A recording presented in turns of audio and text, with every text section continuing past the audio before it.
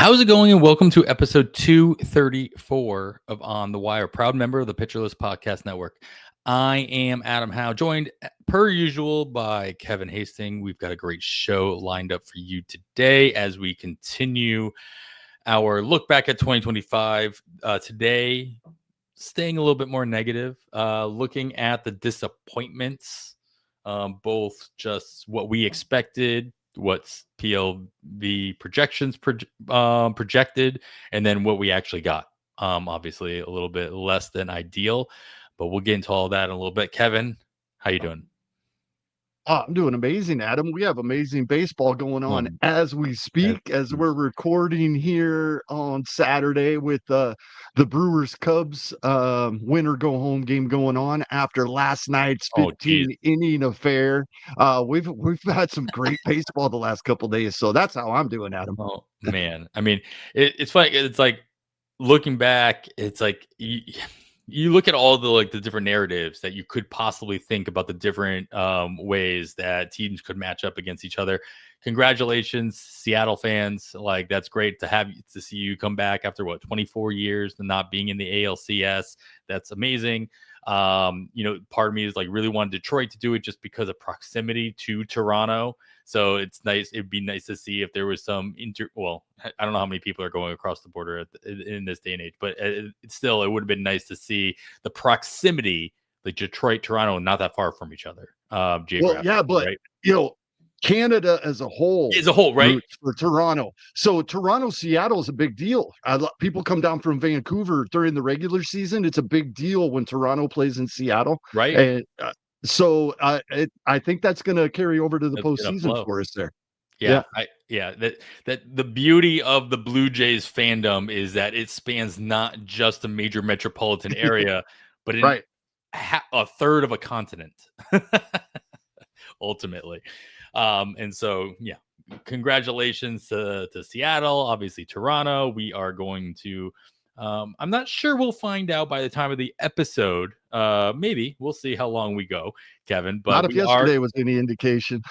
Exactly. We're in the top of the sixth inning right now. We got two men on, only one out. Cubs down by one. But so the Cubs are threatening here. So we'll see. It's only 2-1. Man, we talked about it off air really quick. It's like, Andrew Vaughn, he's bringing up his playoff tax for the for Mizorowski looked good. Yep. So this will be a fun one. No matter what, all my Glarfers out there who are based in Chicago, especially I'll shout out Matty Wood. Who is obviously very happy that his Dodgers made it to the NLCS. He'll be traveling to either Milwaukee or staying in Chicago for all of those games. So that proximity is nice as well. So I personally like that, especially since my team's not in it anyway. I like the fact that we can have these divisional rivalries that are so closely related to each other geographically. No matter what, NLDS, ALDS is going to be East versus West. I mean, Central, or, Central versus West, whatever. So they're going to have a little bit of travel, but it'll be fun to watch. But that being said, Kevin, you've got to make some decisions on your playoff rosters for the playoff Hold'em League. How did the first round treat you? Not well. I had only one Toronto Blue Jay, and they advanced, and I had only one Los Angeles Dodger. I went Phillies and Yankees in those two series, so I'll absolutely play it out and see what I can do. But I have a long way to go with. I will not have as many players as others getting double points this next round, and then the potential for triple in the World Series. Who are the single players from Toronto and LA? I went Ohtani as a hitter.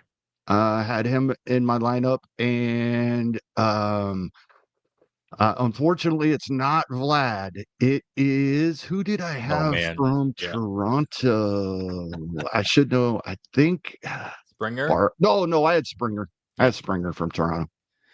So yeah, we'll take a look at that rostership after today's game, going into tomorrow's game, and we'll see. We'll see how that changes. When do rosters due? Are they due like just anytime before tomorrow's game, Yes. which kicks off at 8 o'clock Eastern? Okay, so you got time. Right. Yeah, plenty of time, but shout out to Lucas Beery. I haven't looked at the leaderboard recently, but he was top 10 a day or two ago when I All right, looked, Lucas. and he has all of the correct teams. Right.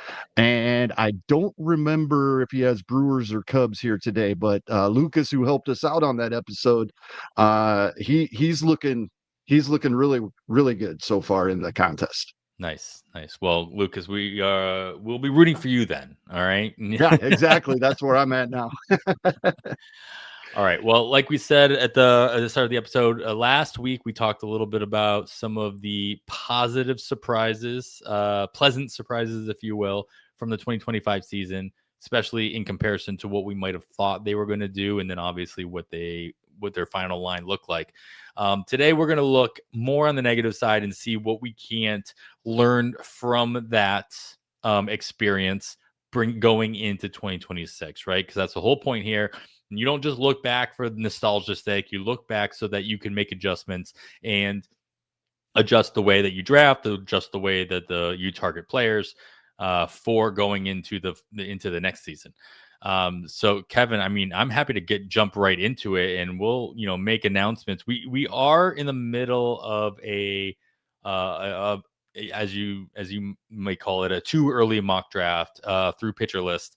And we are on deck. So if that pick does come up, we'll make that pick in the middle of whatever we're talking about. But for, if anybody's following along at home, it is a Yahoo style roster. One catcher, no corner, no middle, only 3 outfielders, 2 utility, and then a bunch of pitchers. It is intended to be head-to-head format. So there are definitely different strategies that you can take into building your roster in that way. And the way that you manage your roster throughout the year is going to be a little bit different than in a roto. So keep that in mind as we may be discussing the pick that we end up making later on. So that being said, though, Kevin, we're going to get to let's look at some disappointing across categories players that, whether you drafted or not, a lot of the players I'm going to talk about, or I'm at least going to bring up, I didn't draft. Like, I'm just going to be honest. Like, I didn't draft a lot of them. I was really basing it on just the fact that they were drafted really highly. They did not meet expectations, and or they didn't hit what their projections thought they would or could based on what they did last year, what they were projected to do going into 2025. And so the one, we're going to start in power. And so one guy that I did not draft at all, but had to have been a disappointment pretty much across the board. And it's not that he was bad. He just wasn't what he did the 2 years prior. That's Gunnar Henderson. Like, he had inched his way up into first round consideration. He was readily drafted in the first round.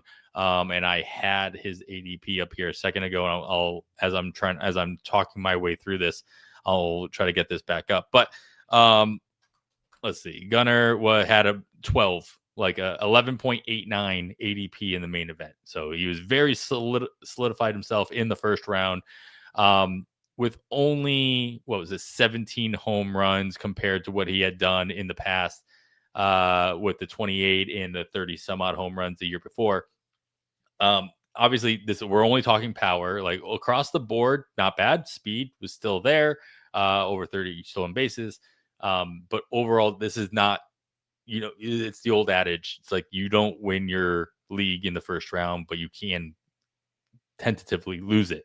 And so Gunnar Henderson did not get you that kind of production that you were expecting. Now, the question is, does this warrant kind of dropping him down? Like, if you look overall at his process plus, and I'm trying to talk and do all the things at the same time, and apparently I'm not as good as I thought I was at that. But as for those looking at home, I will pull up his process plus chart from the last 2 years. And I found it pretty indicative or pretty mind-blowing to compare the two. And let's get 2024's up here. And, on the surface, not that bad, right? A lot of green above the line, a lot of orange. Of course, orange being contact, green being power. Decision kind of hugging the line throughout the course of the season. So making fine average decisions, but making plenty of contact and, being driven by power most of the season.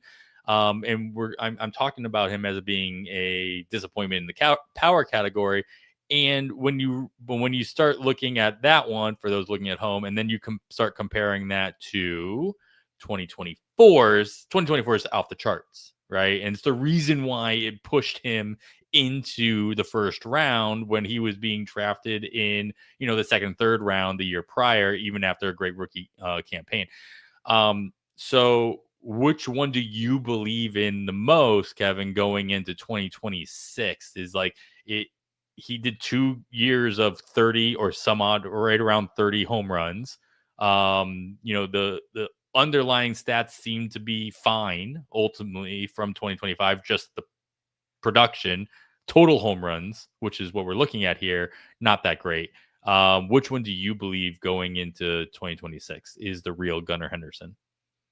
Yeah, this is going to be tough because, as you said, underlying most everything looks similarly. So, my first instinct is, well, I think I would buy the 2-year track record over the 1 year that we saw in 2025.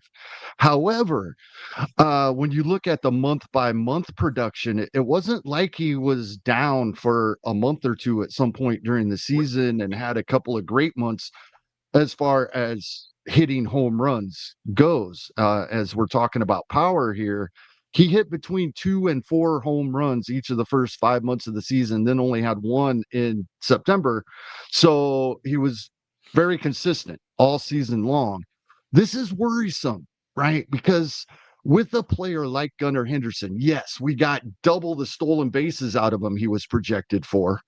But when we're constructing our team, especially when we're setting our foundation early in the draft, you were expecting at least 25 home runs, Right. if not penciling in that 30 plus that we've seen for a couple years. I think his projection was for 29 by the Bat X. So you were definitely expecting 25 and hoping for 30 plus, right? And that's a big deal early in the draft when you're setting your foundation. The stolen bases, sure, they help, but you weren't counting on those. So you probably, unless you had an injury and then he helped make up for it, if your plan went, if things went according to your plan as far as stolen bases, you ended up with more than you needed. And so that doesn't help much.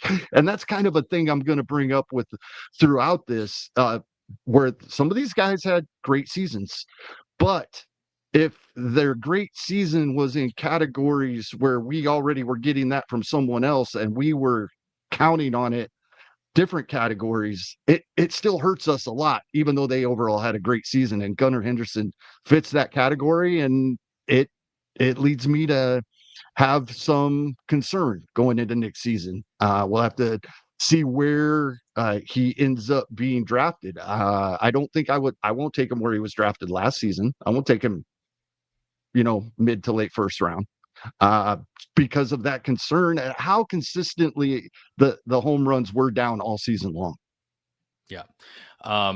You mentioned the Bat X projections, PLV projections had him at 29 home runs and As well. So 11 short here on the season, also 14 short on the RBIs. But the playing time was spot on. Like he had a little bit of a blip in the middle of the season, but ultimately projected for only 24 more plate appearances than he actually had. So it's not as though, like, again, I'm going to do the same thing I did in the last episode. All my names are coming in here. I'm trying to make sure I get guys that still hit their projected plate appearances or at least came within earshot of it. And 24 plate appearances, we're talking, 6 or 7 games at most.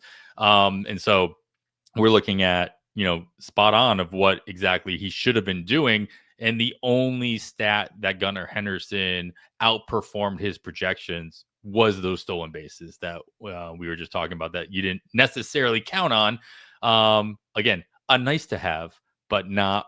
You needed that combo, especially in the back half of the first round in a 15-teamer. You were expecting some kind of combination. You were expecting a 30-30 season. That's what you were drafting, right? And you didn't get that. I'm not saying he was a complete disappointment. He still didn't hurt you overall across it, but he got you third round value instead of getting you first round value, which is a disappointment when it comes right down to it. Power category, Kevin. We'll go back and forth here because your list is, you're keeping this close to the vest. I don't know who you're going to say. Yeah, very similar to Gunnar Henderson. He did have a handful more home runs, but still disappointing from an early first round pick. And Bobby Witt Jr. The power just wasn't there this season that we've seen the previous 2 seasons.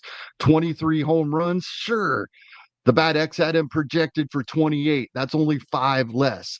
But once again, kind of like with Gunnar, we were expecting 25 to 30. We were really, you were drafting him for a 30-30 season, as you just said.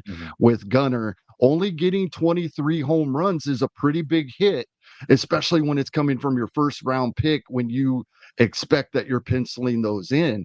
I know, even with 30, a couple more than he's projected for, the 30 that I say I was expecting, that's only 7 home runs. But when you're laying your foundation early in a draft, I am really questioning, and Bobby, it's funny, Royals fans, especially early in the year, some of them were really down on Bobby Witt Jr.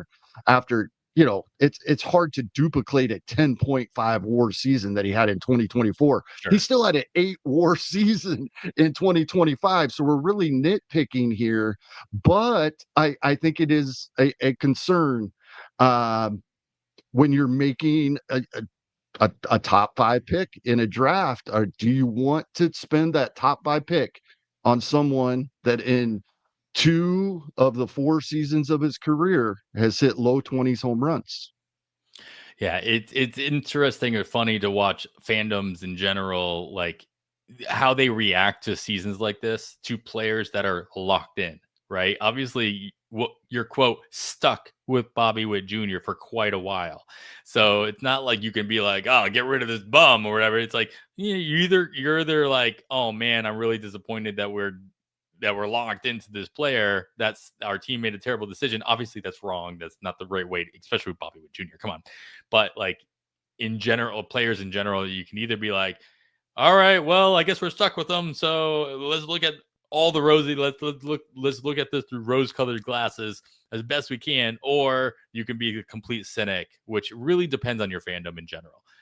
If you listen to Boston sports radio as often as I did growing up, it's like, you just assume nobody was an actual fan of anybody. And so Right. it depends on your market. All right. Well, the other one, I'm not gonna spend a whole lot of time on this one. Kyle Tucker's the next one that kind of popped up in my mind. In Kyle, he fits into a category where, again, another first round pick across the board, did not do on a year throughout the course of the year, didn't exactly do what you needed him to do. But it turns out most of that was due to playing through an injury. And that could be, you could account for that being playing through that injury because this is his final year of his arbitration. He's going to be a free agent, and he wanted to play through it and push through it so that he could, get a contract after this year, to show that he was willing to kind of, do that.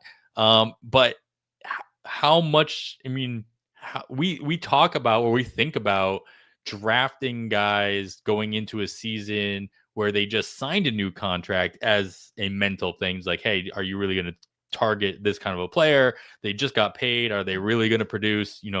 Want so to kind of prove that wrong for the most part here this year. But how much is like what Kyle Tucker did in 2025 play into your thought process on looking at him in going into 2026? Like, he proved toward the end of the year that, he was healthy enough to produce a little bit, at least toward the very end, and he's playing right now in the playoffs. So, maybe today's his last day, maybe it's not. We'll find out in a couple innings. But like, what are your overall thoughts on not Kyle Tucker specifically, but like the idea that the decisions that they make in their contract year impacting how you're going to view them going into the next season? Yeah, it's interesting, right? And you bring it up, and I think it was Colton and the Wolfman made Yep, this of course. one of their hard and fast rules we've heard about for years, right? They don't draft a player that in the first year after he signs a big contract. So with that, you on the horizon for Kyle Tucker, that could definitely come into play. It's so tough. It, so many things can go wrong for a player in a season. It's easy when there's something we know about that occurred that's different than the other players to automatically assume that's what it's affecting things. I don't know that there's been research to actually show that players signing a contract over or underperform what other players in similar situations to them that don't sign that big contract that particular season do. But it's hard not to think about. So yeah, I think it is in the back of my mind. I tend to everything's about cost for us. So I tend to, if the general consensus amongst other fantasy players is we're going to avoid this guy because he signed a big contract, I might take that discount. If it seems like his draft cost isn't being affected at all, and I think there's a possibility that there could be something to that, then the fact that there's not a discount keeps me away. But I don't think about it a whole lot, but obviously it is something to keep in mind. Yeah. So, I That mean, was a long way of saying, I don't know, Adam, man, I it's think. tough. It's tough because I would have Yeah. we all got 100%. Anybody that rostered Kyle Tucker last year got 100% of what he did, and I've got his stats up here as well. They're not bad. Again, like Gunnar Henderson, not bad. This not Right. middle of the first round that you expected him to what you needed him to do when you don't go cross this, the 80 or 90 RBI mark, and you don't cross the 25 or 30 home run mark. It's not anything that's going to help win your leagues at that spot, right? And you could have at least mitigated a lot of that from him going on the IL. The Cubs just putting him on the IL instead of playing the entire month of July, like what hurt as bad as he was apparently. Instead of pushing through it, maybe even through August as well.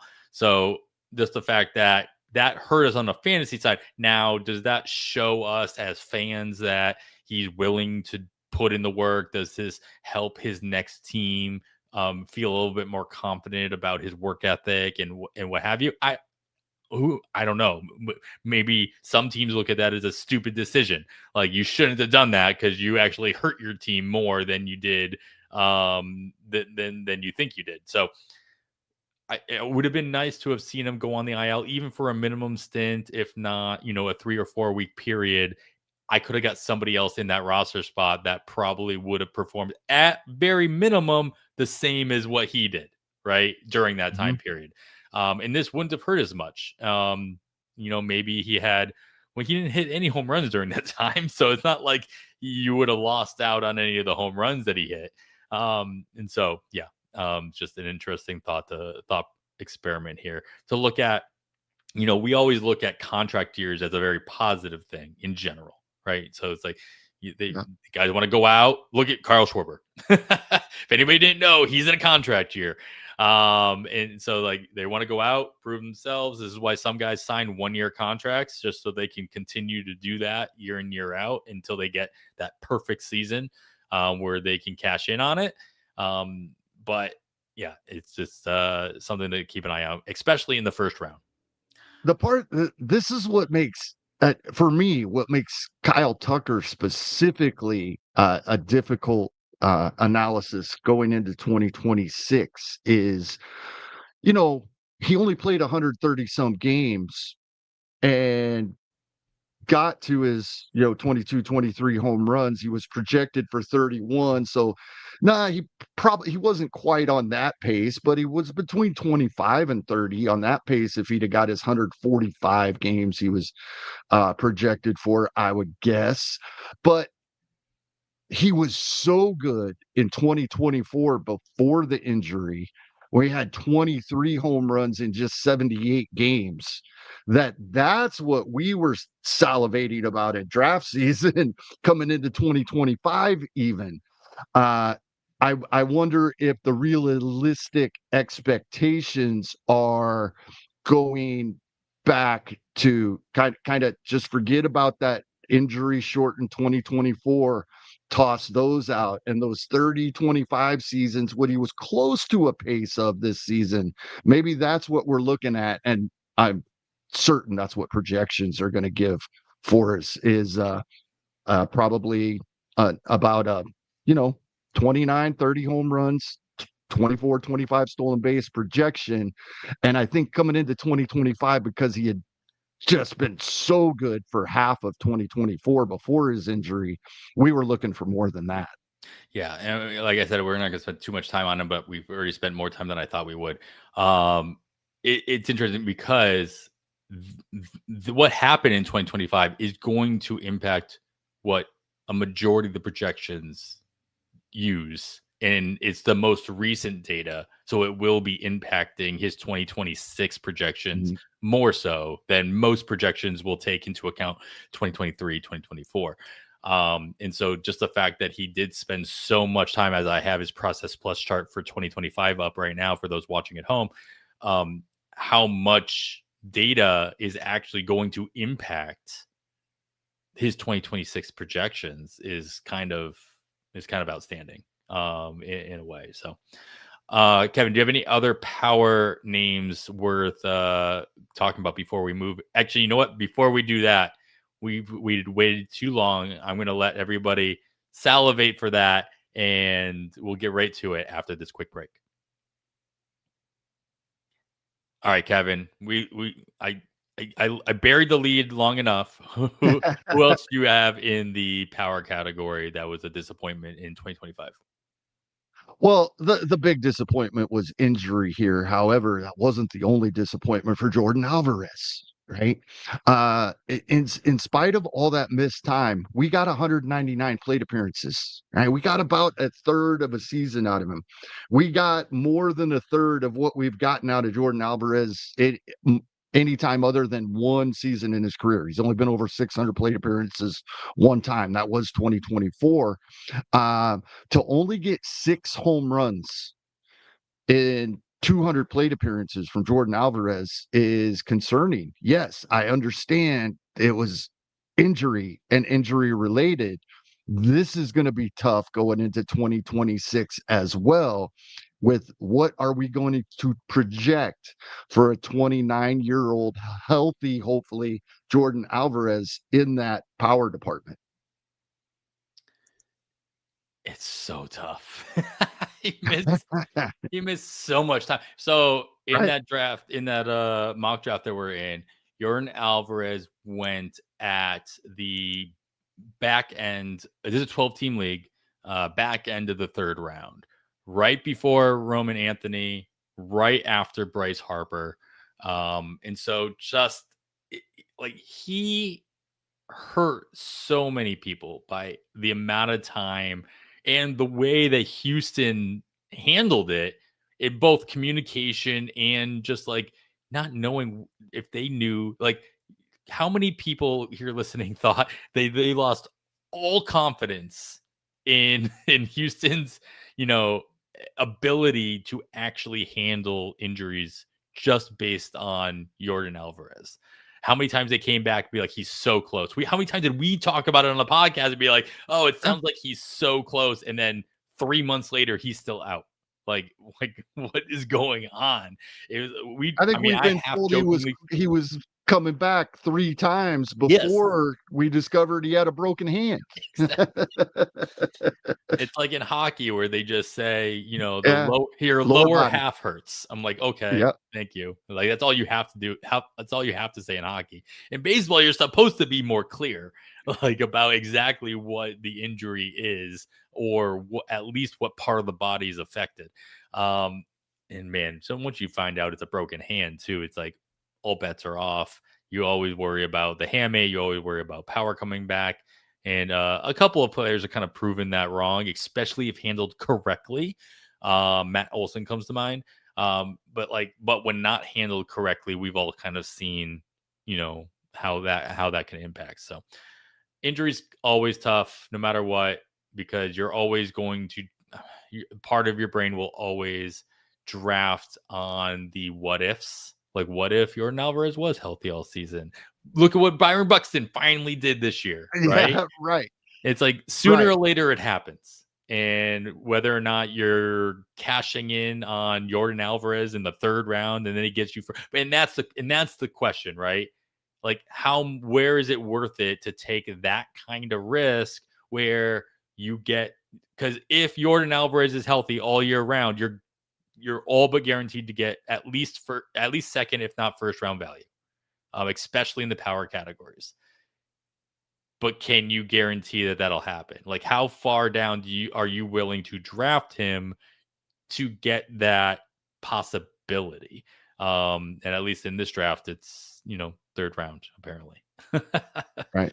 I want to address something Uncle Ted has here in the chat, because I think I know what he's referring to. He said, so you won't draft Naylor next year. And I think he is referring to 20 home runs, but 30 stolen bases. And I was talking about when you're not getting the category you expect, it can still be bad.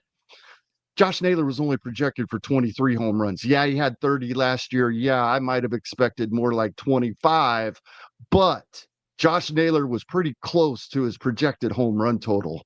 The added stolen bases in his case were just a huge extra, but I didn't not get something from him that I was expecting, at least to the extent of the other players we were talking about. I think that's what he was referring to with that question. So I did want to bring that up. Yeah, sure. The other disappointing power category from this one was definitely for me. And I wanted to ask you about him a little bit. This is Mark Vientos coming into 2025. A lot of high expectations, especially after his 2024 season, especially in the power category. We saw him obviously miss, as I bring up his process plus chart. We saw him miss some time. So this is partially injury, but it's also partially like platoon. And so my question really was Viento's descent into, I mean, it's obviously his last month and a half of the season, as you can see, was perfectly fine. Like, and he obviously clicked back into place, or maybe he became fully healthy or whatever. Was his play injury related, do you think, or was it also the bringing up Brett Beatty being more relevant in the rotation between 2nd and 3rd base for the Mets, and just having another mouth to feed? Do you think that got to him a little bit, or do you just think it was completely injury related? I think part of it was he overperformed. The results outperformed his skill set a little bit in 2024. And I think many of us realized that. However, I was one that thought the drop back would be less than it was. Right. I was in on Vientos, right? Yeah. And yeah, that's a pretty big drop. But yeah, I think he played his way into that platoon. I think he has an opportunity to play his way back out of it going into 2026. This is a player that I'm going to, pay more attention than I probably should to what he does in spring training. I'm going to be pretty curious to see and what the Mets are doing with him in their lineup. That will be more important, and that we can probably put a little stock into. But yeah, I think most of us assumed the batting average would come down, but we thought we'd get more like 140 games. He had 27 home runs in 111 games. He was projected for 26. We only got 17. That is a big drop, even with the projections bringing him back to life a little bit, off of what he did in 2024. I think so. To answer your question directly, I'm really going to be paying close attention to Mark Vientos throughout spring training in 2026, and what the Mets are doing with him and the lineup, because I'm still a fan. I think his true talent is probably in between 2024 and 2025. So we'll have to see what the Mets are going to give him for an opportunity. Yeah, as I pointed out, like the last month and a half of the season, he obviously found something because his power went right back up to his 2024 numbers, both results and in process. As I pull up his 2024 process plus, it was all completely driven by power. He did not make good contact across the year, but yet still his results and his batting average, as you mentioned, was much higher than we expected going into 2025, and that's fine. But it is something to consider. Like, just because you have all this power, if you BABIP your way or you luck your way into a really high batting average, and there's not really anything to show that you should have earned that going into the next season. You should expect a decent little drop. 162 less plate appearances than projected, and that resulted in 9 less home runs and 19 less RBI for Mark Vientos compared to what PLV projections had him for going into the season as well. So obviously a pretty disappointing overall total, because you might have had him on your bench for at least while he was injured, at least, as opposed to my Kyle Tucker example. Vientos did hit the IL for a while. You did, quote, miss out on some of the non-production. You were able to backfill that in some way.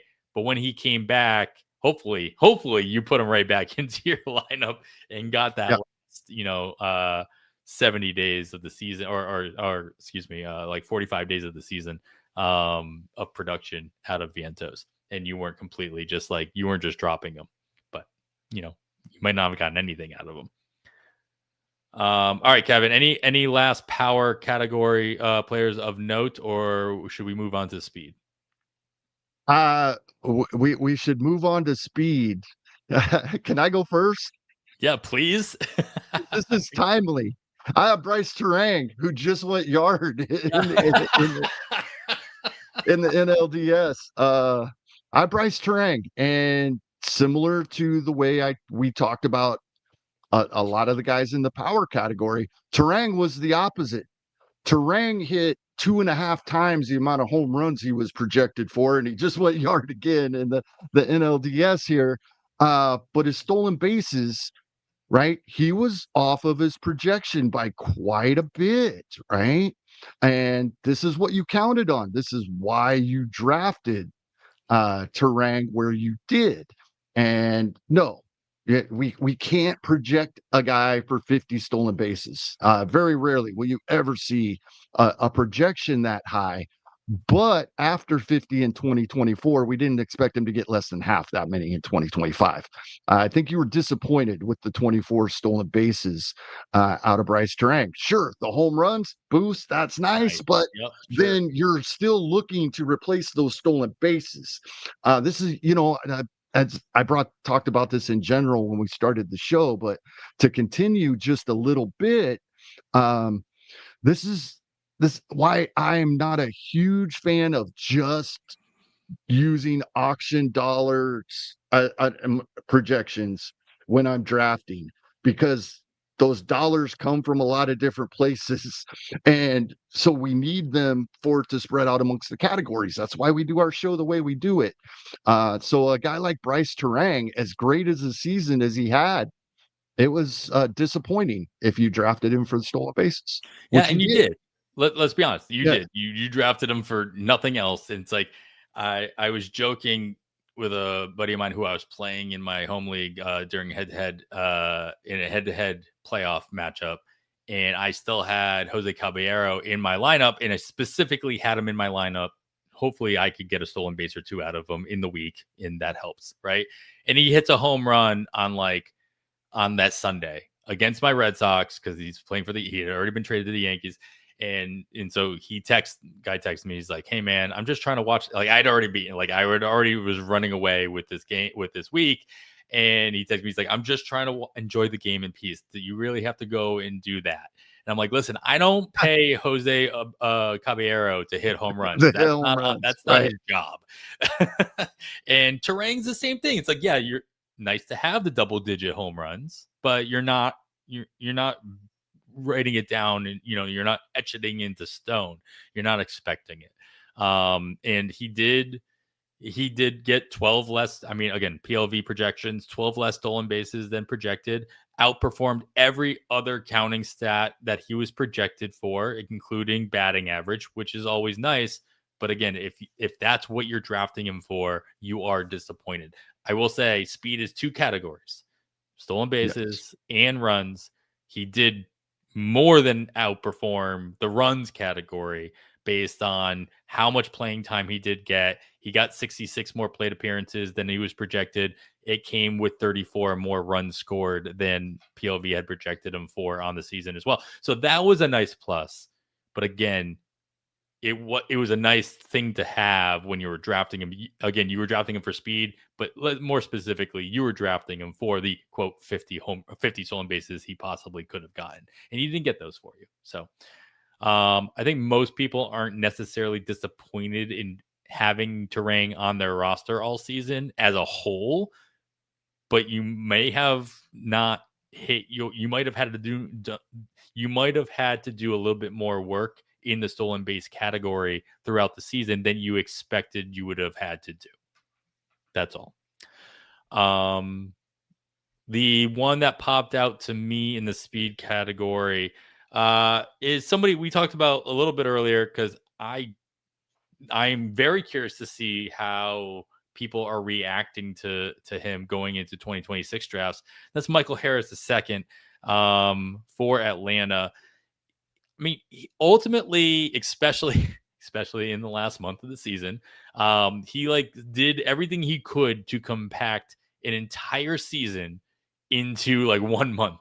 And it's like August. Yeah, and yeah, August more specifically than September. As I try to pull his final lineup here, just so we can use that as a barometer. You look at him for the entire season and you're slightly disappointed, but all of a sudden you look at that 1 month and yeah, there's plenty of red. He still hit 86 RBI. He still had 20 stolen bases. He's a 2020 season after when it was all said and done. By counting stance, he had the best season of his career. Right. Sure. But it's not what people were it's not what people were drafting him for. It's not what I was drafting him for. I was drafting him for a breakout 30-30 campaign. Also the possibility that Atlanta finally throws him into the top 3 in the lineup. And that happened for a hot minute, but it didn't last very long. And so will the real Michael Harris II please stand up? What are you expecting? And if anything, his average, went down considerably. And I didn't put him into the opportunity section. This is speed, because I'm still expecting definitely more runs scored. 55 runs, nowhere close to where, and that's really what was driving this decision, as PLV had him projected for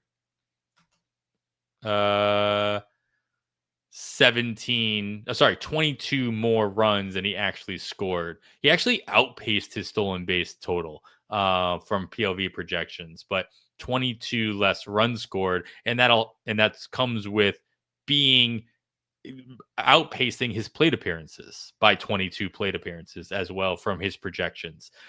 Yeah, 641 plate appearances. You expect a lot more than 55 runs from anyone. No matter where you are in the lineup. Yeah. Yes. So Atlanta had a whole bunch of other problems on the season. I get that.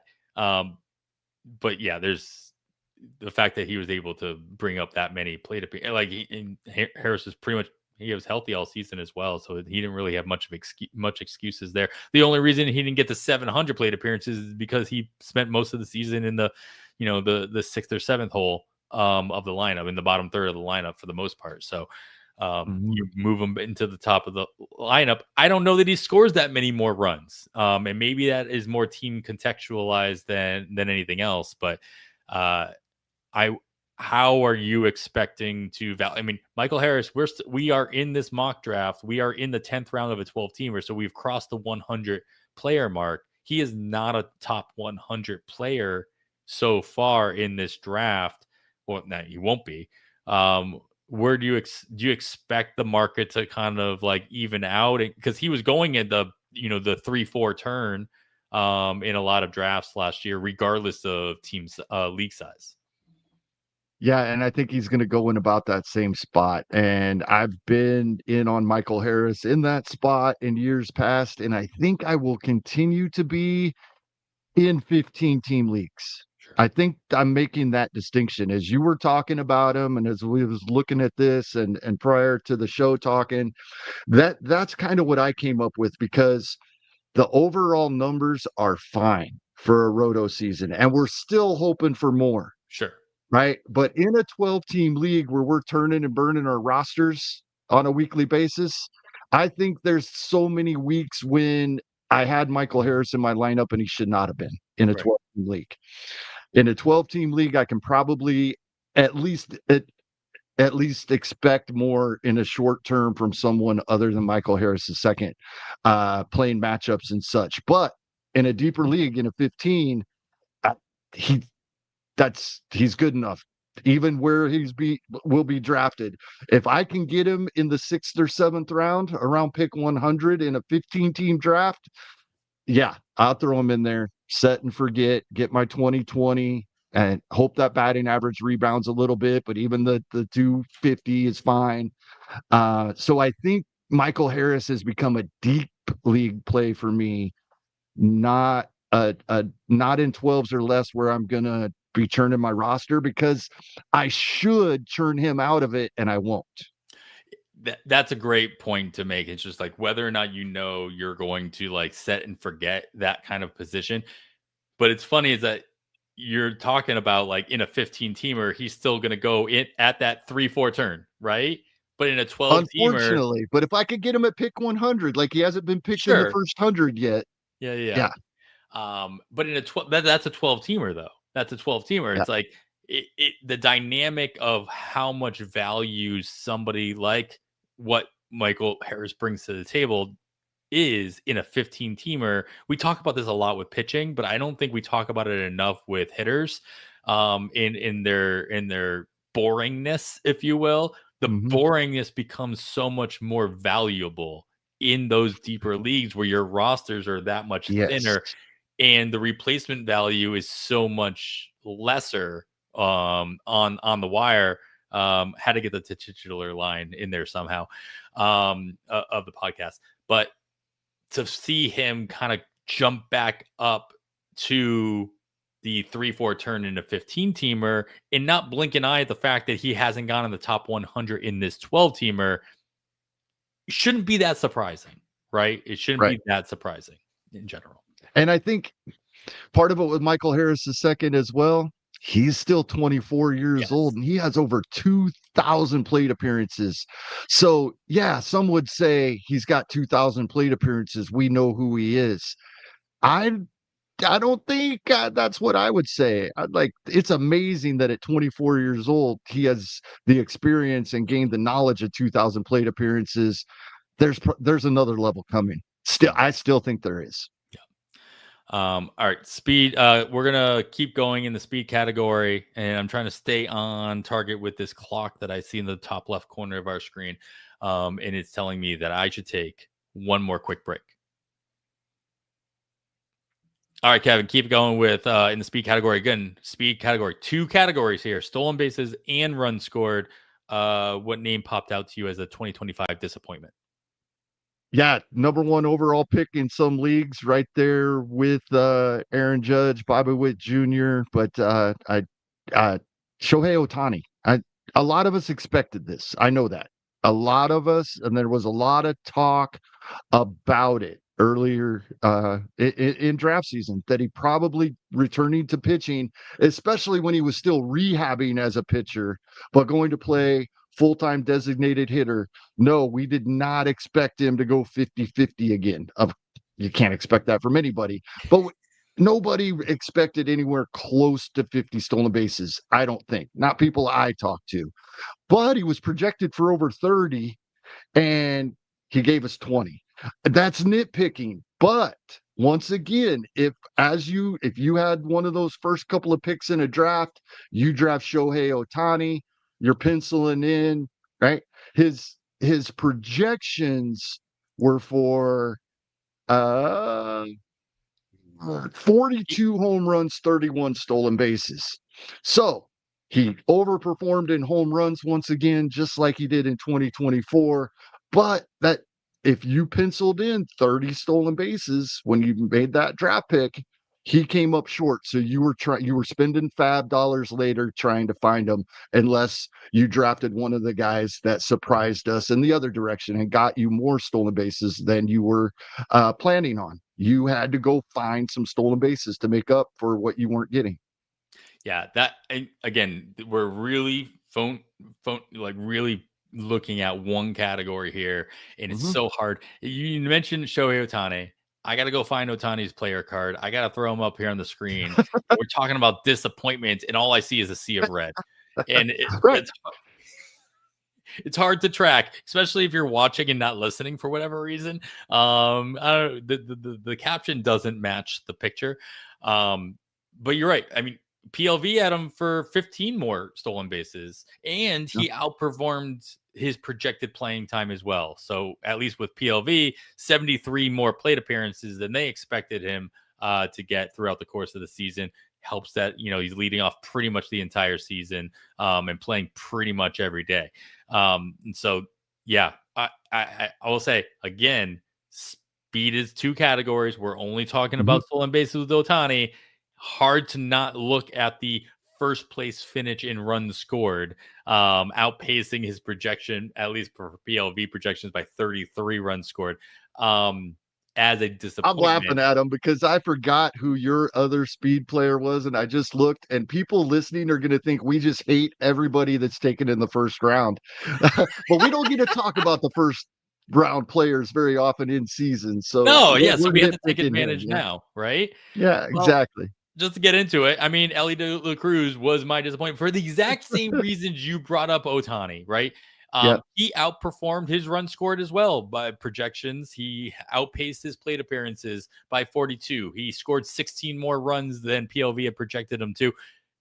But when you have an ADP of 4, he actually he basically hit his projections for home runs, so you got what you expected there, but 14 less stolen bases than what you were projecting him for made him we're beating a dead horse here. It's like you just had to do more work in the category you thought you were banking, right? You thought you were banking that. We saw Ellie De La Cruz steal like 4 bases in a game in a game like 3 days in a row. Like obviously being a little hyperbolic there, but like that's what you expect when you draft somebody like Ellie De La Cruz, and you got everything else was the opposite of a disappointment for De La Cruz. He outpaced his playing time, his RBI total, his run scored total, his batting average. Everything else was happy. You were happy with. More than ecstatic, right? Because he hit what you wanted and then some. But it's that one category, man. It's like when you need to hit all of those categories in the first round not to be a disappointment. Simple as that. All right. Well, any other speed category guys worth bringing up, Kevin, or should we move into opportunity? I think we should move on. We've talked negatively about enough top round draft picks. I'm not saying this will be the last first round draft pick that we talk about, but That's true. at least, yeah, no, I've got one more on here. Yeah. All We'll get good. into it. I'll get into it. We'll into opportunity. Of course, we're looking at guys who, were disappointed in either or both their total playing time and or batting average as the main focus here. And obviously, for me, I'm looking at guys who ultimately hit their projected playing time and brought us down in batting average, because that hurts that much more, right? Because those who brought us down in batting average but also missed a bunch of time, that doesn't hurt as much because we probably didn't have them in our lineups for that much. So the other first round pick that was a disappointment in this category that we should just get it out of the way now was Mookie Betts. And really, when you look into, we redrafted Mookie Betts in this mock draft. We ended up grabbing him in the middle of the third round, or at second half of the third round. He will be only shortstop eligible going into 2026. He only played that position in 2025. So those who got used to the 2 or 3 position eligibility in some formats, that's out the window. Even in Yahoo, Mookie Betts will only be a shortstop going into 2026. Keep that in mind. But the overall, as I try to find, I think a lot of us would just be like, again, there's a sea of pink and red here as I'm pulling up his player card. But the thing is that it was a 20 home run, 8 stolen bases. I very easily could have put him in the disappointment category in stolen bases. But for him to hit 663 plate appearances and only walk away with a 258 batting average, that was 30 points lower than what we were projecting him with PLV projections. And he outperformed his plate appearances projections by 1. So like he was spot on. That was almost as close as George Springer's projections to his actual production. So I think overall, Mookie Betts is Mookie Betts. He's still a first round talent. I don't expect him going in the first round for multiple reasons. I think a lot of what made him a first round talent in most drafts was the double or triple position eligibility, the overall game, and the batting average, right? What you would top of the order or top 2 in the order on a really good team, being able to perform with all of that support around him. And if he's not able to, he outperformed he underperformed all the other counting categories as well in his projections, but not by a whole lot, right? Only one. He only had 1 less RBI projected. He did have 8 less home runs than projected. Obviously, he only finished with a 20, looking at closer to 30 out of Mookie Betts, and a handful less runs scored for Mookie Betts. But overall, do you see him kind of inching his way throughout draft season from now all the way until March, inching his way back up as people start getting a little cheeky with their picks, or because of the single eligibility and the performance that we saw, is he destined to be closer to a third round draft pick? No, I think we see him slide a little bit, maybe into early second round like we have seen in the past. But I think it's his second half performance and the illness that he had early in the season, made the trip overseas for that opening series, and then lost 20 pounds, and that obviously affected him. When you look at his, just a quick glance at month by month splits, it was actually July that was really bad, and then August, September, he's back to being Mookie Betts, right? He did slow down on the base pass, quit even attempting stolen bases for the most part in the second half. So that, I think, will be the biggest concern with Mookie Betts is he going to run? But I expect to see the batting average rebound with a healthy offseason. And I think, yeah, I think he probably slides to that early second round where we have seen him slide to in the past. And it's usually when he slides to that area that he gives us his first round production. There So you go. I love that we got him in this mock draft. Yeah. And I mean, as I'm pulling up his process plus for 25, he's making all the right decisions. He's still making plenty of contact. It was the power that was driving like him not, probably just not hitting the ball hard enough, pass like over someone's head, hitting into line drives more, just not being able to beat out infield ground or what have you, just because he wasn't able to, knock the ball over the fence a little bit more, getting some flyouts, even though he's just because he's not hitting the ball nearly as hard. So we see that can obviously affect BABIP on a regular basis. So still a fan of Mookie Betts. Happy to have him as my shortstop because ultimately, I don't trust a whole bunch of shortstops. And Mookie Betts, there's always a possibility that the Dodgers move him around again, right? They could move him back over to second base. They don't have a solid second base option next year. They have options, but they don't have something that if all of a sudden the Dodgers do something, they get knocked out in the NLCS and they get, a little antsy, they could go out and find a free agent that can kind of fill that position. Mookie Betts is going to be more than willing to move and do whatever they need him to do because that's just the kind of player he has been. So we'll see what kind of eligibility Mookie Betts has come May rolls around. And the opportunity, Kevin, bouncing it back your way. What kind of player stood out to you as a 2025 disappointment? Yeah, I could have used this guy in wild card, but I have another wild card guy, and I did want to bring him up, and it really was opportunity. Yes, injuries played into it. He was banged up now and then, but there were many times this season before we finally did, we thought we might see Jordan Lawler in Arizona. Geraldo Perdomo having the amazing season he had probably had something to do with it, but I really expected, even with the injuries he had, I expected to see more than 74 plate appearances at the major league level.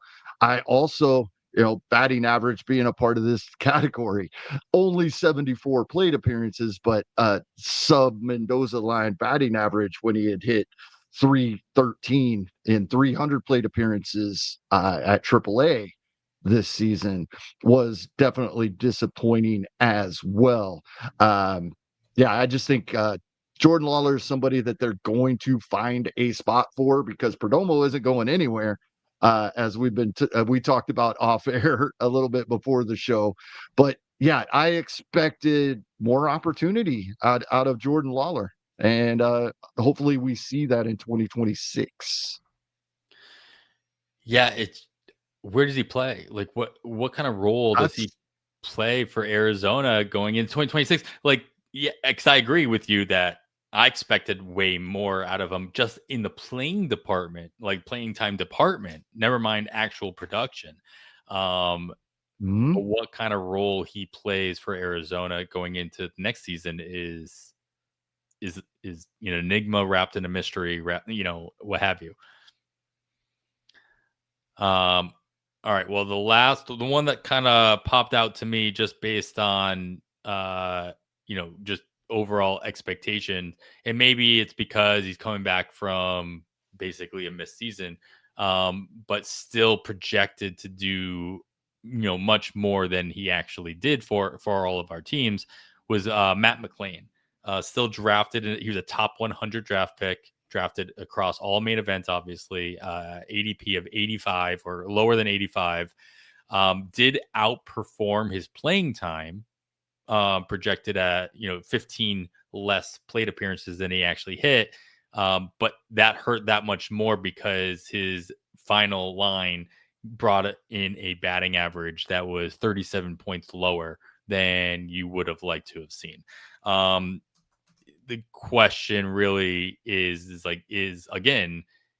this driven mostly by, as I throw a different tab up here, just an abysmal second half for McLean? And should, everybody always reads into the second half as being as something we look into for next year. It's like, hey, if they had a good second half, then we can expect something a little bit more. This is like the most basic projection system that just eyeballing a projection system. Just look at the second half, right?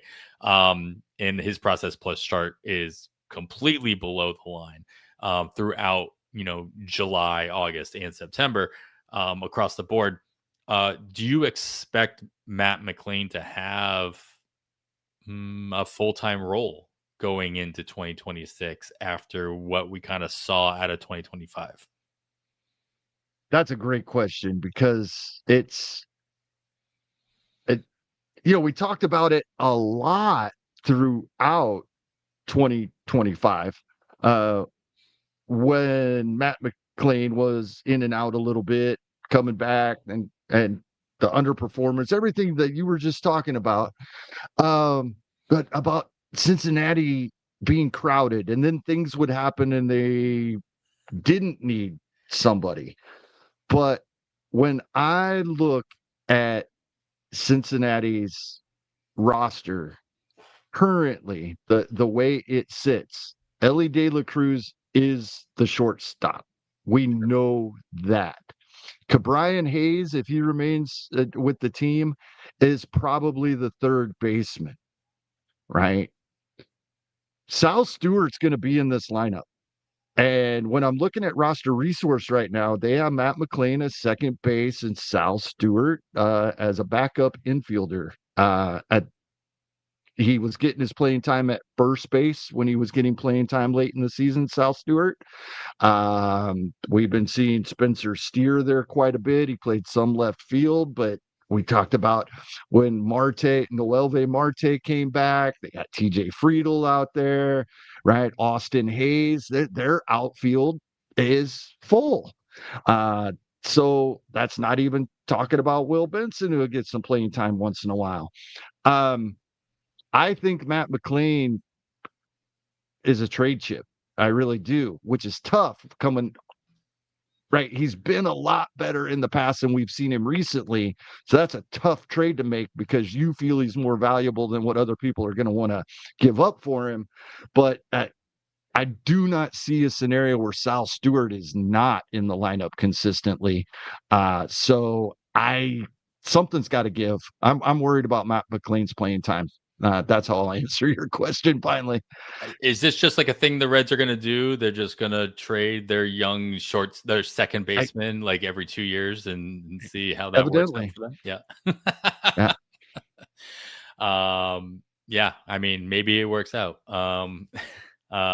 Jonathan India netted them, some players, and he's probably happier for it being in Kansas City. So, yeah, Matt McLean, not somebody. Honestly, Matt McLean was never on my radar. I didn't draft him anywhere either, so like this didn't really impact me per se. But just based on the projections and my question of whether or not he'll have a full-time role after what we saw this year, I think will be valid going into next year. And he's not that he's completely off. No player is completely off my radar, but he's not really on it either. Especially after this season. Any other opportunity names that were disappointing in 2025 that came across your eye, Kevin? I don't think so. I'm sure there were, but Sure. I think we've talked about plenty. We need to get to some pitching. We're over an hour in. We haven't talked pitching True, yet. we haven't touched on pitching yet. And we have an official NLCS Yes, we do. Matchup here with the Los Angeles Dodgers heading into Milwaukee as they close out after that Bryce Terang insurance home run. They did finish it out at a 3-1 rate. So congratulations to Brewers fans and Dodgers fans. We now have 2 championship series set up. We will enjoy every single pitch of every single game on both sides, no matter who you're actually rooting for. So let's move right into pitching, Kevin, and I'm trying to keep this a little bit cleaner this time. I'm going to make this break where it makes sense, and we'll come back right after this. All right, Kevin, disappointments in the volume categories here for pitching: wins and strikeouts. Strikeouts a lot easier, at least from what I was looking at, to kind of measure. Like, you can't always be disappointed. Even somebody gives you like 8 or 9 less wins than you were expecting or hoping for. It's not always their fault, right? And so I think strikeouts really plays a bigger role here. Why don't you throw out the first name that came to mind on your side? Yeah, I agree with you. But for that reason, I went with guys that did disappoint me on the win side because even though, like Chris Sale, 125 innings, sure. So he's not going to get the 13 or 14 wins he was projected for, but he only got half of them. 7 wins out of Chris Sale, that that really hurts. It hurts badly.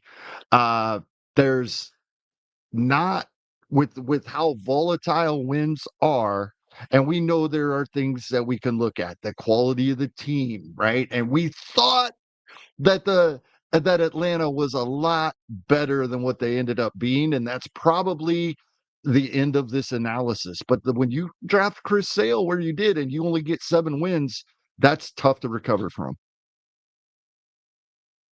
Yeah, I mean, and this is volume. Like I said, my rule of thumb here was try to hit the guys that hit their innings pitch projections, or at least close to it, right? Mhm. But we're talking volume. It's like no matter what, if you're injured, if you miss time, that is going to impact your volume. The only other flip side is that if you are injured and you're officially on the IL, more than likely from a fantasy perspective, you are able to backfill some of that volume with a replacement, right? And so that was kind of my logic here. Is like, like if these guys that you even, especially if you drafted in the top 100, which most of the guys I think we're going to talk about, they were in your lineup pretty much all season because you had that investment, and it's hard to take those guys out of your lineup no matter how smart you think a move will be. It's still hard to do it, right? Because the replacement value, especially early in the season, you can't feel confident about that. So the first name that pops out to me was a disappointment across the board. Like, this isn't just volume, this is ratios and included. That's Bailey Ober. But this is, again, 80p of 83. You probably ate a vast majority of what he did for you. He didn't, he only missed his innings pitch projections by 23 innings. And so in general, he didn't miss a whole lot of time based on injury. He just didn't go deep enough into games that you were expecting to on a regular basis, which obviously is going to impact not only your strikeouts, but your win chances as well across in the entire season. 6 less wins than PLV projected him for, 51 less strikeouts than projected.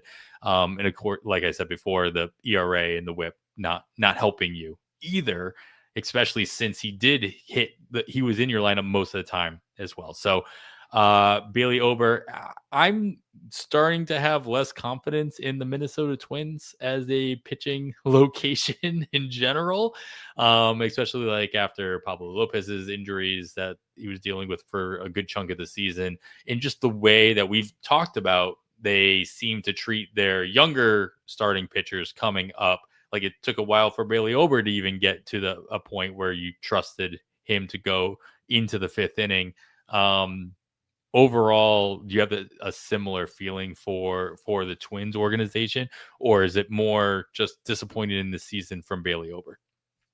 Yeah, both. Yeah, I agree. I think there might be something there definitely worth taking a look at, but yeah, I can't. I I I thought I was so set in one league with a couple of keepers, Bailey Ober and Bryce Miller, and my pitching Oh, wasn't man. nearly as good as I thought it was going to Oh, be in weird. that Yeah, league. how that worked out. Yeah. All right. Anybody else in the volume category, Kevin, that kind of stood out to you? Uh, yeah. And I know you have him in the ratios category, and he was disappointing there as well. So disappointing all the way around, I think, for where he was drafted. Dylan Cease, again, similar to Sale. It's the wins are volatile. The strikeouts were there for Cease, but yeah, just single digit wins when you're drafting a starting pitcher in that spot. You really need 12 plus, definitely double digits. Mhm. And so when these guys that are projected for 13, 14, we're actually hoping they're the guys that get 15 to 20. We don't see many 20s anymore, but we're really hoping for 15. Of course, we can't expect that. That's our hope, but we're definitely want more than 8. Well, that can bring us right into the ratios category. My honorable mention in the volume category, just to throw him out there, was Yusei Kikuchi, just ultimately because he outperformed his innings pitched and still came nowhere close his strikeout totals for projections as well. So 156 ADP and 22 less strikeout than you were hoping for based on the projections. Not something you wanna that you can't help but be disappointed with. And a lot of that was driven by less than stellar ratios, at least from the projection standpoint of view. So going right into ratios, then the one oh man, this was a hard one because it's like, how do you measure the overall ratios? As you mentioned, Dylan Cease was one, and I think Dylan Cease was the most impactful one because, again, as a possible ace on your team, you ate all of it. You ate all of it because he was such a, as Nick Pollock would call it, like a hipster, like a headache-inducing pitching, stifling the entire roster. He didn't really stifle your entire roster, but like you never took him out, right? Like you're like at any given day, he'd go out and basically throw a no-hitter. And in any given day, he could be out in the second inning because he gave up 4 home runs. And so you didn't know, it was always worth the gamble, always worth the risk. So after the end of the season, you go look back and you're like, oh, I ate all of those ratios. I ate, and unfortunately, I did not. I got those single digit wins, as you mentioned, and so those hurt a lot. Brandon Pfaadt was kind of a different choice, a different part of the range of that. You probably didn't have Brandon Pfaadt. You were a lot more willing to pull Brandon Pfaadt out of your lineup, so his blowups maybe didn't hurt you as much. You may have gotten lucky and had him on your bench. You might even dropped him at certain points of the season.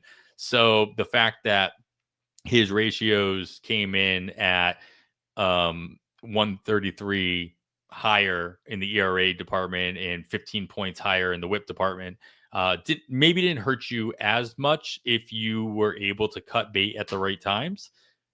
But it's still like he didn't perform across the board. Like he threw 30 more innings than he was projected. He pretty much hit his strikeout projections. He actually outperformed his wins projections. And so there was he's the type of guy who's like, well, if he's able to vulture wins, is it worth taking the risk on those ratios? So you actually, now I'm backtracking, you might have gotten hit by more of those ratio hits, thinking or knowing that, hey, he's somehow still winning ball games. He's still giving me those wins, and those wins are so much more valuable that it really knocked my ERA and my WHIP down that much more, more impactfully. Yeah, I mean, that makes perfect sense. It's Yeah, it's frustrating. because you're chasing away, and like Yeah. you brought up Brandon Pfaadt plenty of times in the Mhm. volume category as a streamer, especially in 12 teamers where he was more readily available. Just the fact that it's like, hey, you're gonna roll the dice on this given week, and you might get that win. And more often than not, you probably did, at least more than he was projected to get you. And so you probably ate a lot of those ratios, which obviously is a disappointment. Honorable mentions here, Kevin, unless you have somebody else worth we're talking about, is the other two that I had on here were relievers, because we always talk about relievers in this category. And again, these are guys that usually we talk about guys to pick up on a week-to-week basis, right? They're not on your roster for a long period of time, maybe a couple of weeks at most, but you're rotating through them. These two guys were closers, and they pretty much had the closer job all year, minus when Tanner Scott was hurt, but ultimately still ended up getting the job back mostly. Jeff Hoffman never lost the job, no matter how often we thought he was going to, based on those ratios. And because of that, it's a very similar thing to Kyle Finnegan in Washington the year before, Alexis Diaz. Right, but you expect it with Kyle Finnegan. You're not expecting to have to eat. You have to eat that ERA if you drafted these guys for saves, unless you found somebody. You're eating it, to your point, and so it's extra rough. Like that's why these are such good choices to point out.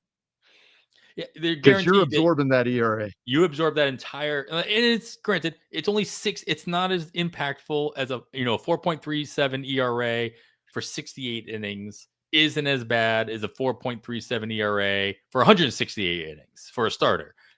But you probably didn't have all of those starts. If you had a starter who ended up with a 4.3 plus ERA, you probably didn't eat all of it.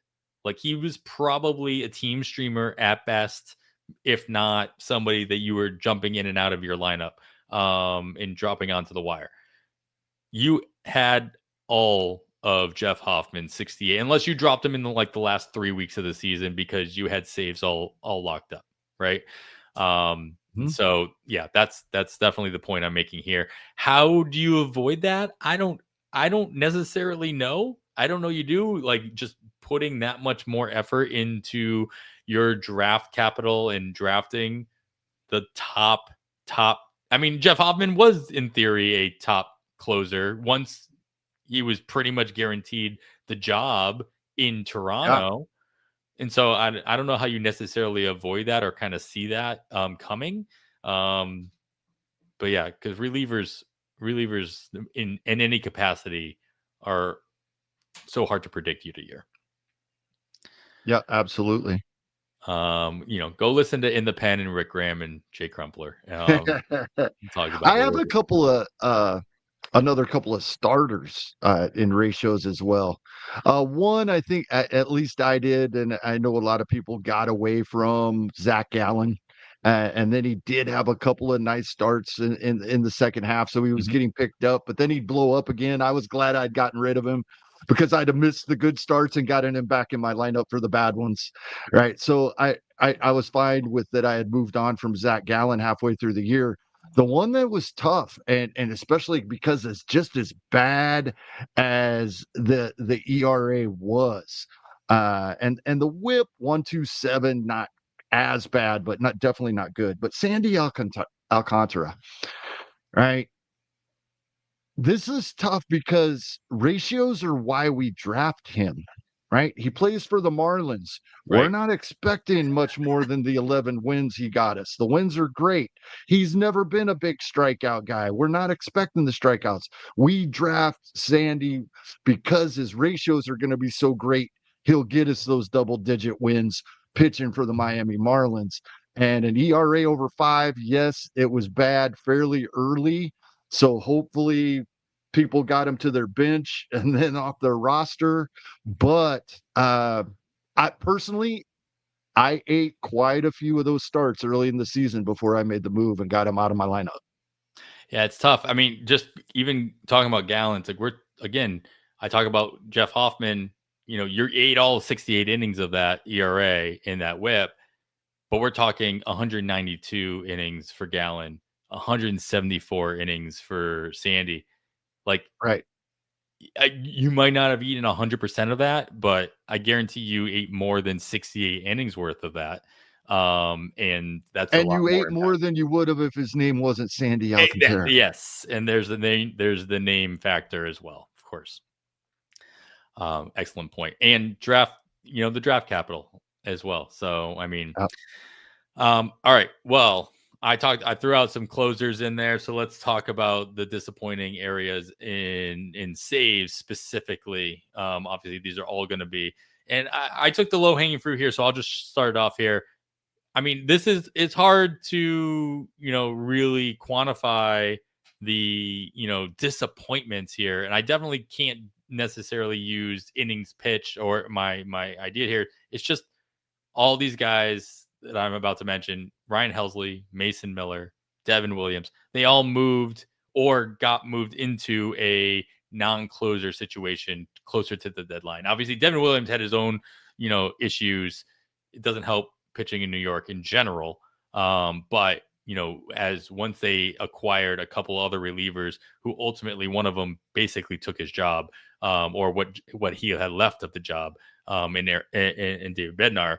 But Ryan Helsley, Mason Miller obviously didn't, move into a situation where they were going to get any more saves. So if we're just looking at saves, and then Ryan Helsley also found a way to like blow apart, but we're not talking about ratios. We're just talking about saves.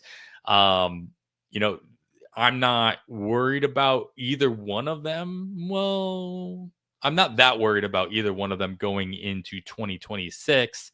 I think Ryan Helsley still has an opportunity to find a closer position as a free agent.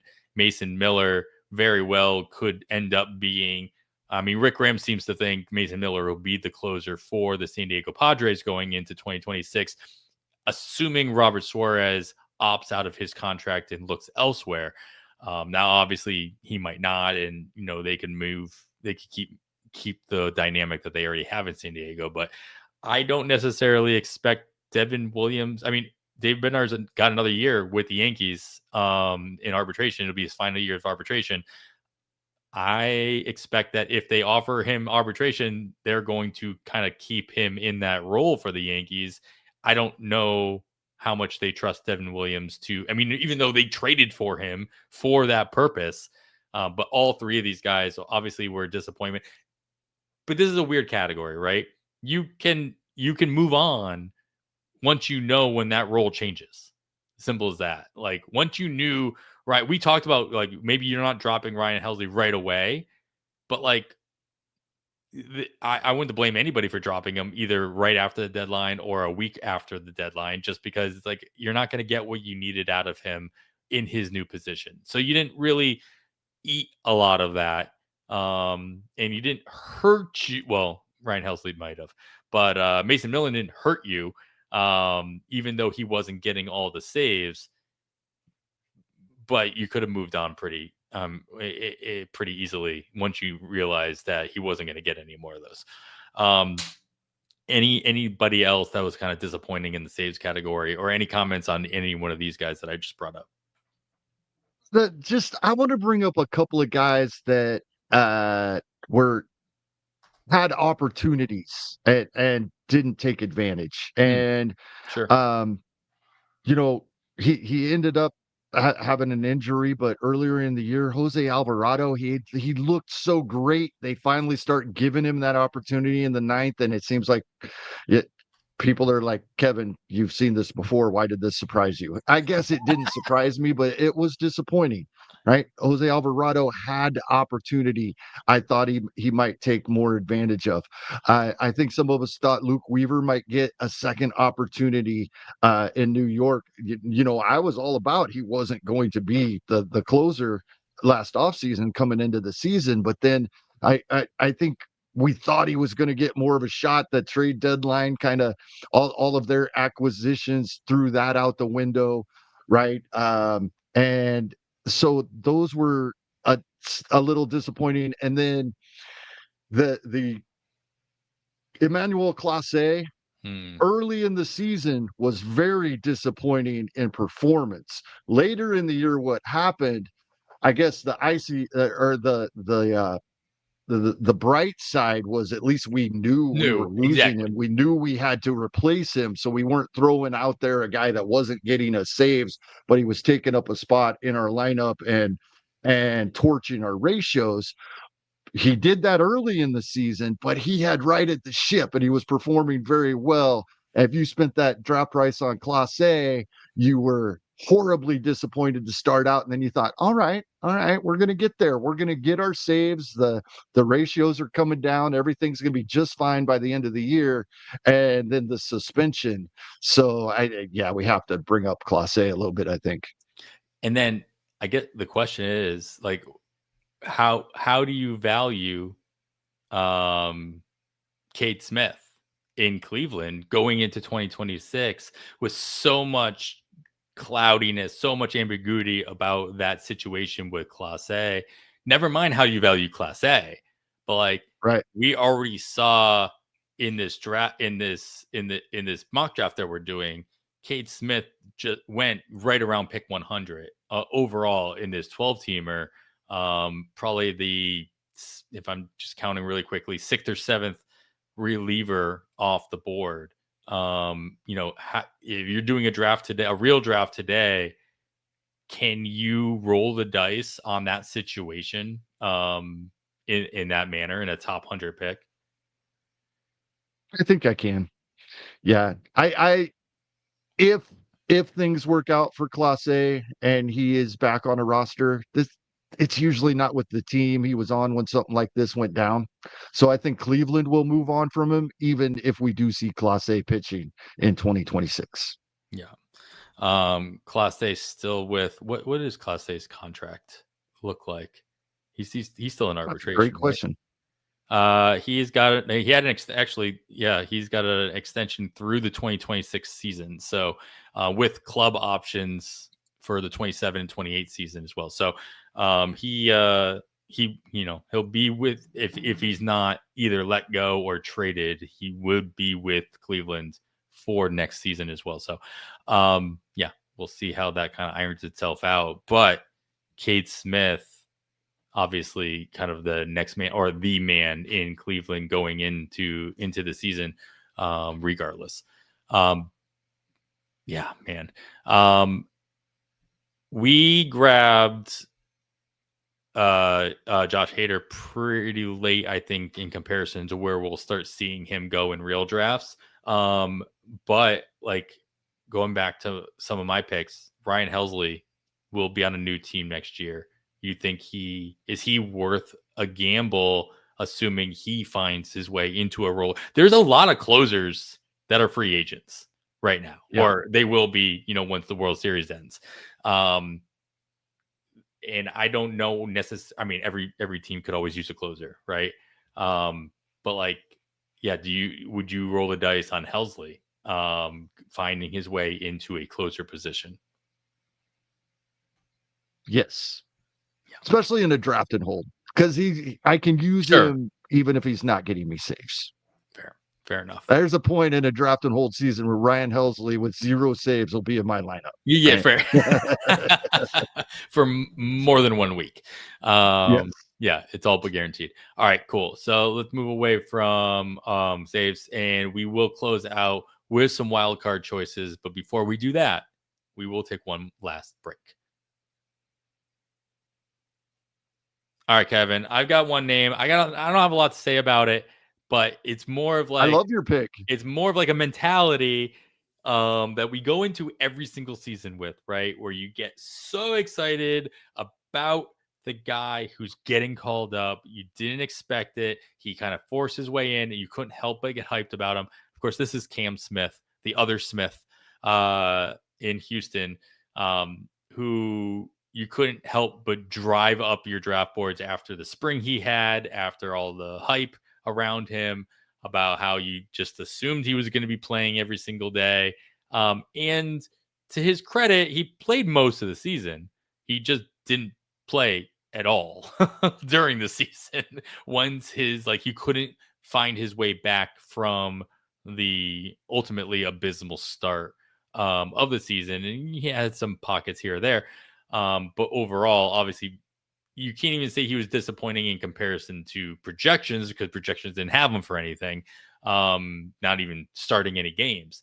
So going into this season, like obviously this is a very easy, cautionary tale of just because somebody has a great spring. And obviously Cam Smith also did good things in the minors. It's not as though it just came out of nowhere in the spring. Um, but just because he has a 1 month period where he's just blowing off in spring training doesn't necessarily going to that will translate through an entire regular season as well. Um, it's still really hard. Like we're gonna talk a lot about guys coming over from Japan. We're gonna talk a lot about guys who could make the leap, and these are the guys you're gonna be drafting in your 120 to 200 pick range in a lot of drafts.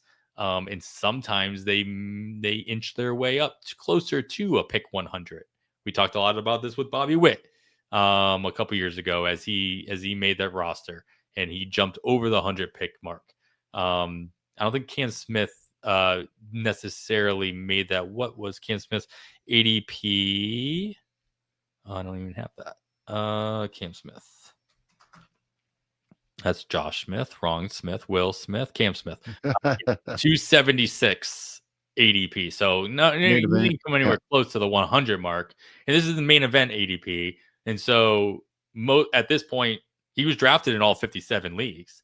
You knew he was on the roster. He still didn't. And that's 18th round. He's being drafted as a starter. Yeah, exactly. So he is still being drafted as a starter. Didn't get pushed up enough where we're talking Bobby Witt Jr. status. But is this enough of a cautionary tale to deter you from drafting guys like this as a starter at the very least?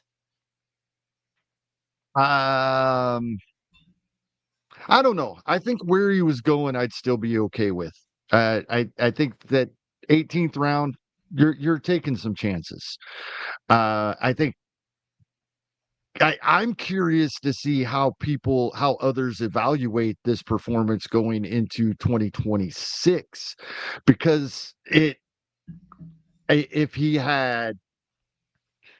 his season was flip-flopped, right? And even taking the spring out of it, he was awesome to start for May and June anyway. He started out pretty slow in April, but May and June, he was great. And I got him back in my starting lineups. I thought, all right, Cam Smith, rest of the season. And then the second half was abysmal. So I think we have to remind ourselves when talking specifically Cam Smith, this guy's 22 years old. He only had 134 professional plate appearances prior to 2025 in the minor leagues, right? He's a 2024 draft pick. So I think that we have to remind ourselves of that. And it's pretty obvious the league adjusted to him and he was not able to adjust back. But this is a guy that doesn't even have 600 or barely has 600 professional plate appearances, and he's 22 years old. I think Cam Smith is an opportunity, possibly, if people just look at because he had the plate appearances, right? Sure. Throughout the season, he ended up with close to 500. Yeah, 493 plate appearances, 9 home runs, 8 stolen bases. People aren't going to be very impressed with that. So hopefully he kind of slides a little bit or even stays about where he was. If he's going to be drafted in 2026, where he was in the main event in 2025, he'll be on a lot of my teams. Fair. I mean, you say, he had the total plate appearances, but as I'm kind of trying to zoom in on his process plus chart here, granted in that middle part of the season, as you mentioned, where he kind of did really well, and as you can see, a lot of power and making good decisions. Like a lot of platooning, a lot of benching, a lot of like, hey, we're gonna go with a different. I don't know if it was strictly platoon or if it was like a more of just like, hey, we'll give you a day off here or there. Both at the first half of the season or the first third of the season and the last third of the season as well. So That I worry about, like how Houston's going to handle him. And I guess it really obviously it'll depend on what they end up doing in the offseason for free agency and how they kind of fill that roster. But you have to assume, because he never really got a send down, right? He didn't, they kept him around all season.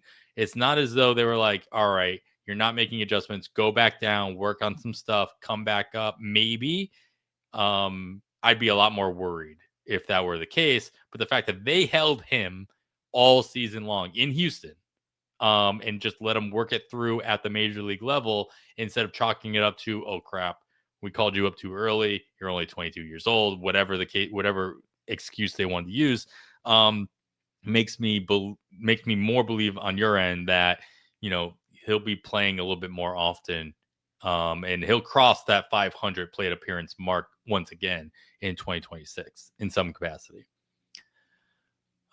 Kevin, closed out here then with your wild card selection, because this is my favorite part.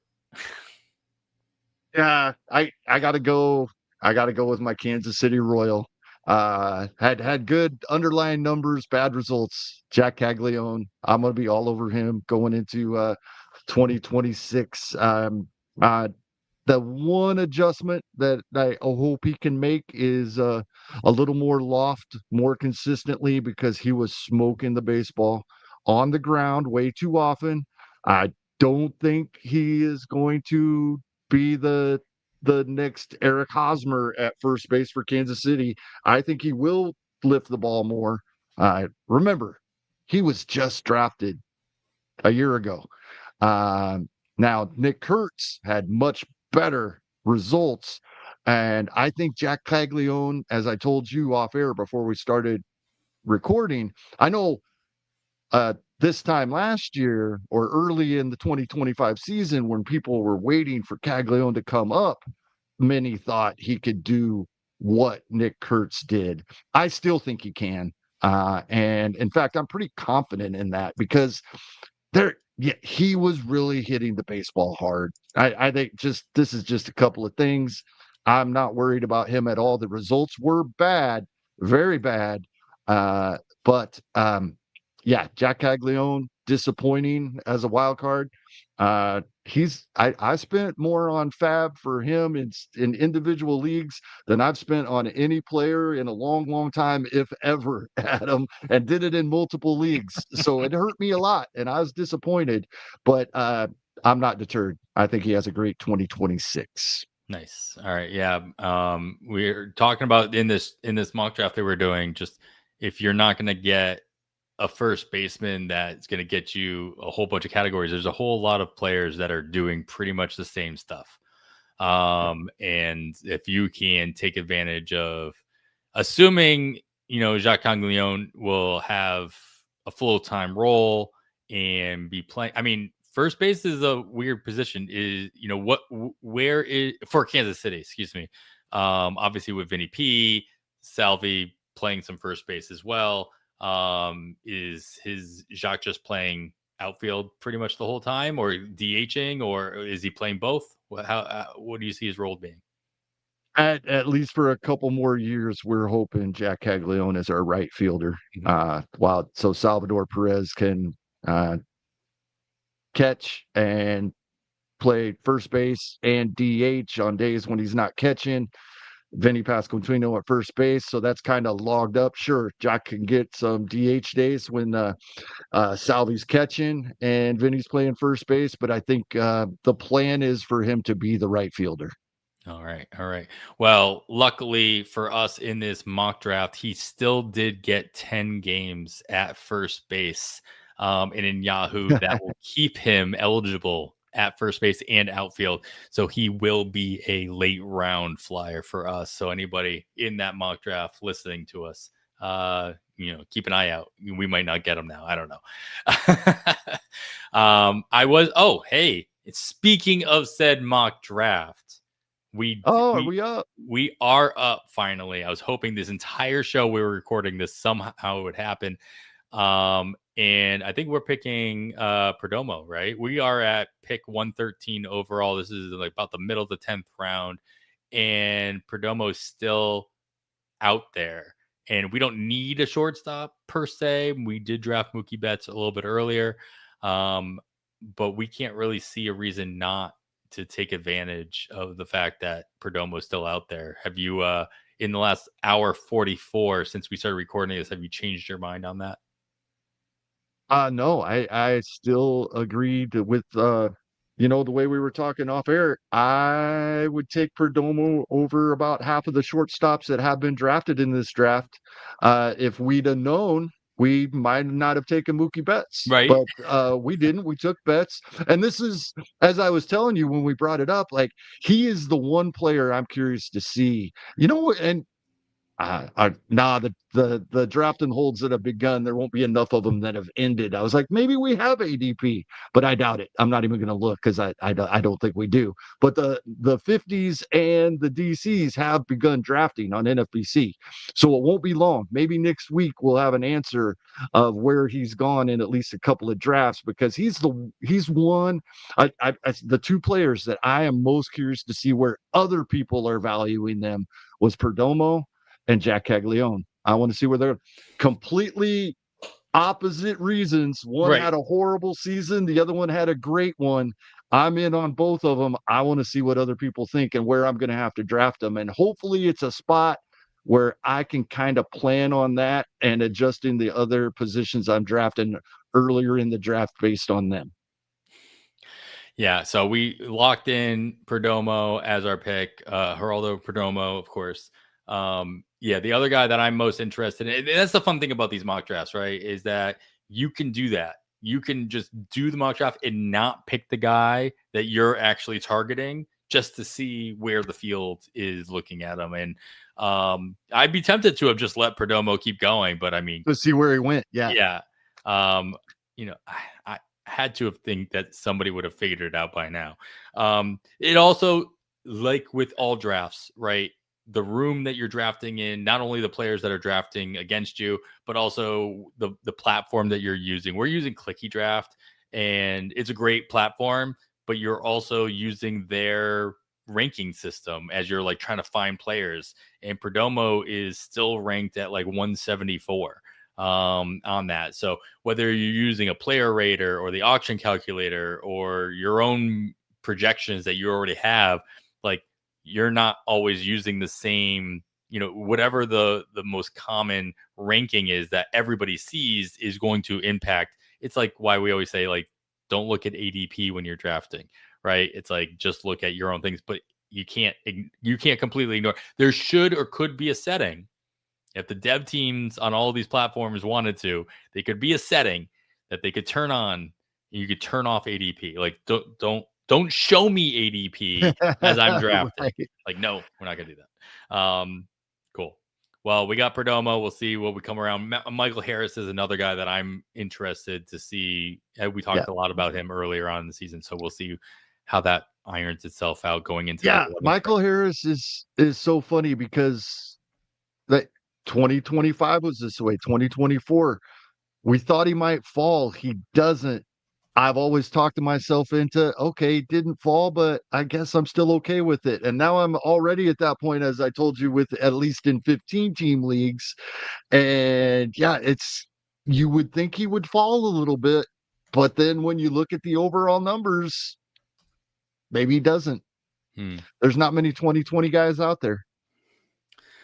Well, with that being said and everything else, Kevin, you got anything else that we want to close it out here for episode 234 as we continue on with the offseason and the 2025 playoffs for that matter?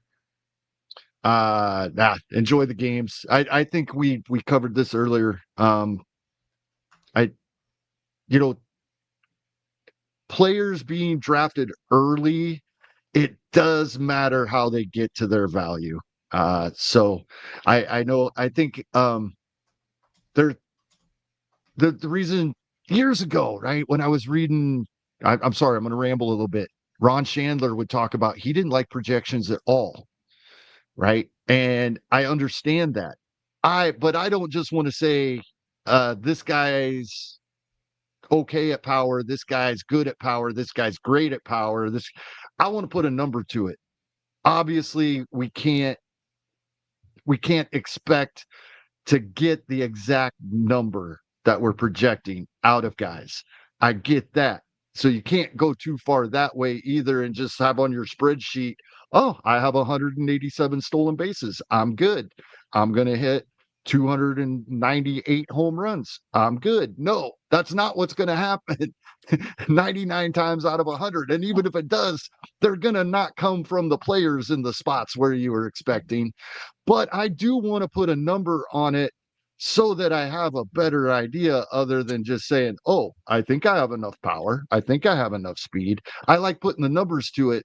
But I do agree with Ron Chandler in that, no, it's going to be a range. Like if a guy's projected for 30 home runs, I expect 25 to 35, right? And when I'm penciling my things in, I'm probably going the lower number, Sure, not the you got it. range. I'm probably figuring like 25.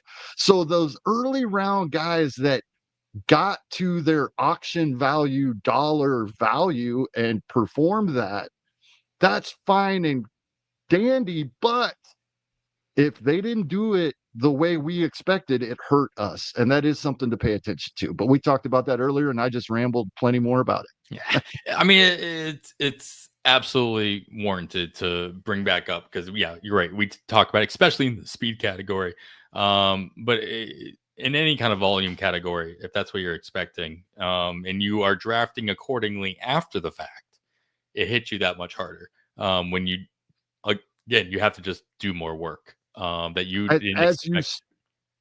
if you are going to jump in some of these early drafts, and if you're not, this goes in the notebook. I think as you begin drafting for 2026, what were you looking for in FAAB in September in 2025?